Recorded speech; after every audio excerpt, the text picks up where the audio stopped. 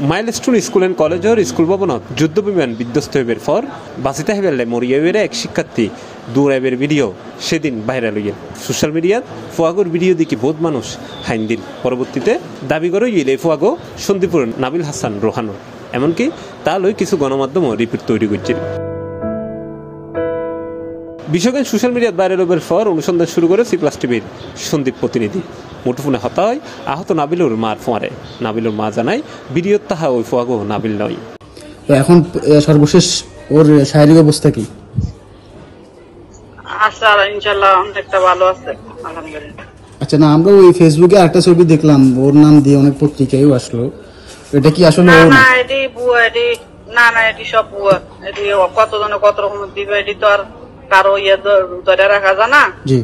তবে মাইলস্টোনের বিমান দুর্ঘটনায় সন্দীপুর নাবিলও এখন গুরুতর আহত হয়ে ভর্তি আছে ঢাকা মেডিকেলের বার্নি ইউনিট। নাবিল হাসান উত্তরার মাইলস্টোন স্কুল এন্ড কলেজের ইংরেজি ভার্সনের 7ম শ্রেণীর ছাত্র।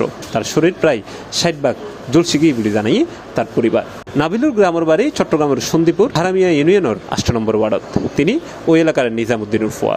3 ভাই বোনের মধ্যে নাবিল ওই ব্যাকুনের ছোট। বাবা ঠিকাদারি ব্যবসার ফোয়ারে জড়িত। তারা ব্যাকুন উত্তরার 12 নম্বর সেক্টরের থাকত। বুধবার সন্দীপুর হারামিয়া ইউনিয়নের নাবিলুর গ্রামত বাড়ির দায়েরও দেখা গিয়ে বাড়ির দিন হুনিকে নাই বাড়ির তার জেঠারা থাইল ঘটনা উনিবের ফরফর তারা ব্যাকুন ডাহাত গিয়ে গই। নাবিলুর অবস্থা এখন কেন যাইতে চাইলে তার মা জানাই তার অবস্থা কিছুটা উন্নতির দিকে বলে জানাই চিকিৎসকল। এখন ও কি হাসপাতালে ভর্তি? আমার ছেলে ভালো আছে।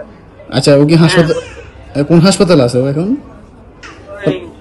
Dhaka medical burn unit. আচ্ছা আচ্ছা আচ্ছা।